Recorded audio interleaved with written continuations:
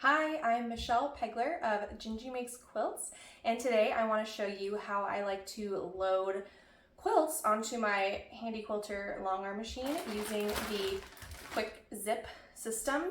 I've got some tips, and I do it a little bit differently than I think it's meant to be done, so let's get going. So first, I'm going to give you a quick overview of what the quick zip system is. When you first buy it, it's going to come with 3 full zippers, and they'll be labeled where they're supposed to go on your rollers. So they're labeled, and what you do is you actually sew one half of it onto each of the leaders. So you can see this half on this side is sewn on.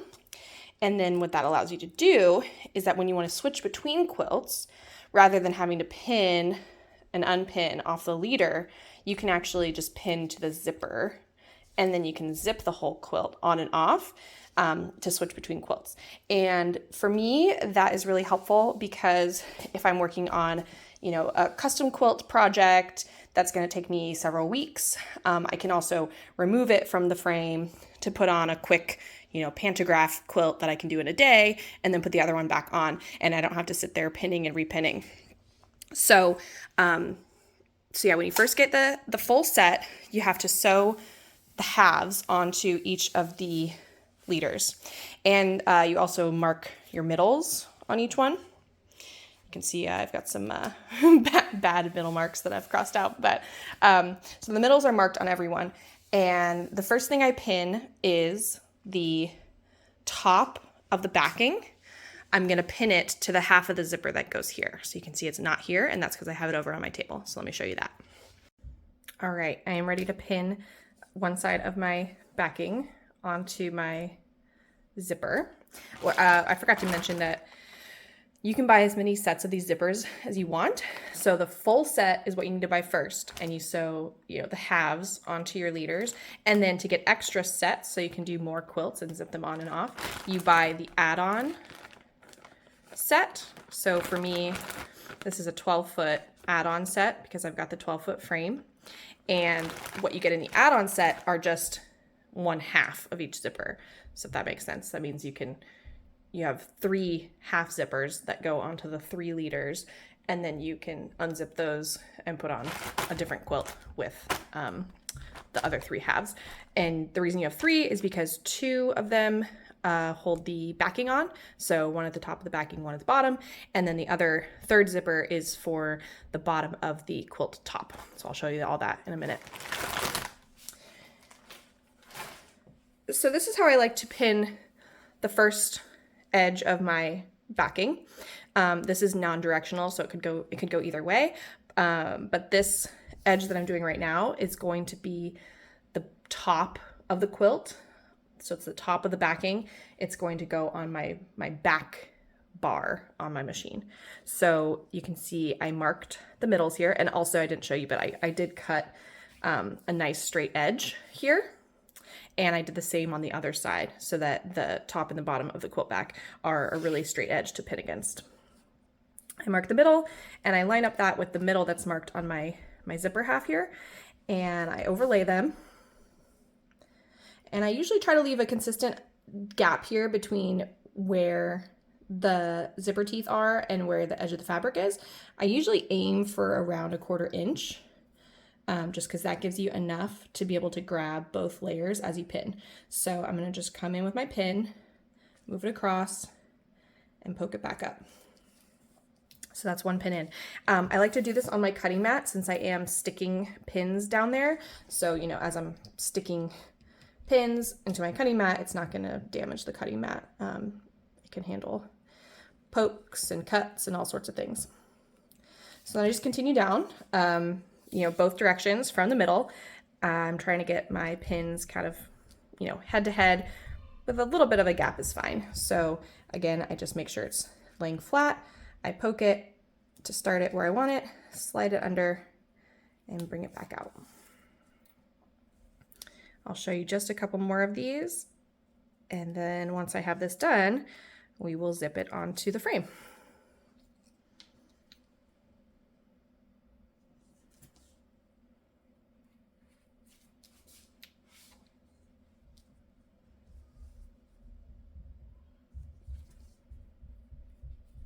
I will tell you that there was definitely a learning curve with how to do this very well. I was not good at it when I first got these zippers, and I somewhat regretted my purchase because I had gotten really good at pinning quilts directly onto the leaders. And so when I changed over to the zippers and realized I was not good at doing this part, I was like, ugh, why did I do this? Why did I spend the money? Why did I sew the zippers onto my leaders? But after practice, I've gotten much better at it, and I love having the zipper system because I can switch between quilts, as I said. All right, I'm gonna finish this up and then we're gonna go to the machine. All right, so I'm going to be zipping my backing onto this back leader. And normally I do this from the front of the machine, but you can do it from either. Came back here so you can see. So the leader has to go under the bottom bar, and then I'm gonna bring it up, thread this in, and then zip it across all the way. And that's gonna get 1/2 of my backing attached.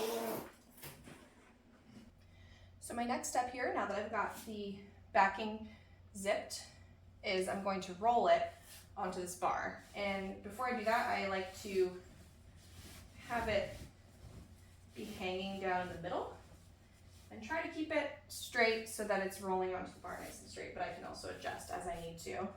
So let me start cranking that back.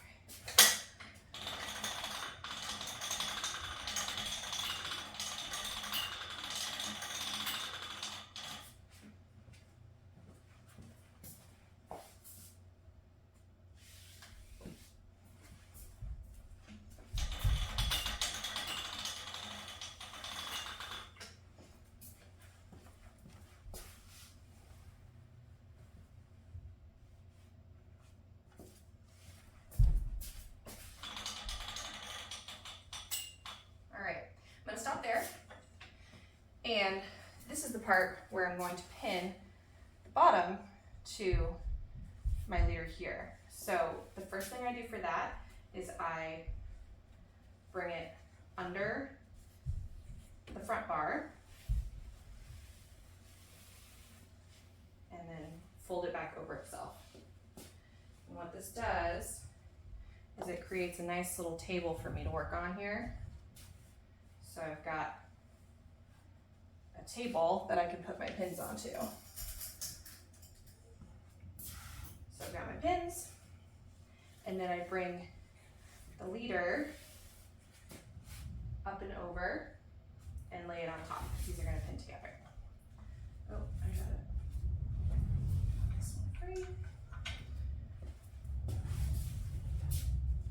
And I just try to make sure it's, you know, taut, not like tight, but that it's straight.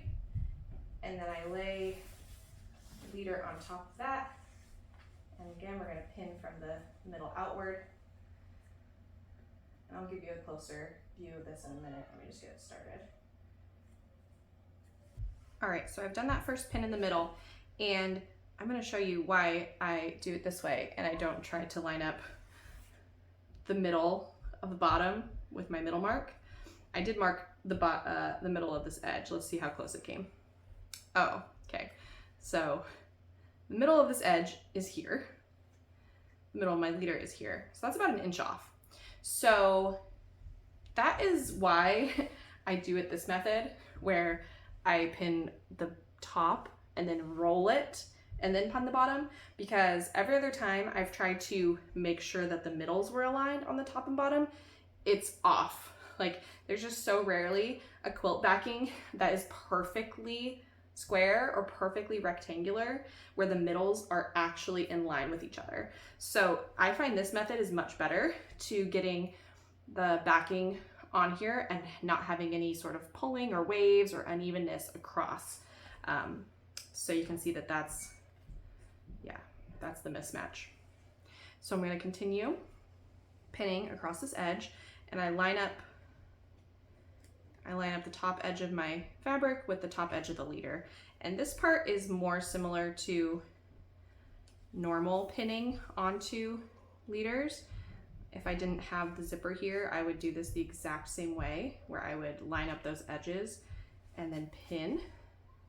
That's another reason I do this method with the zippers instead of pinning this half zipper, you know, over on the table like I did the other one, is I'm a lot faster pinning this way than pinning on the table and trying to do that overlap method.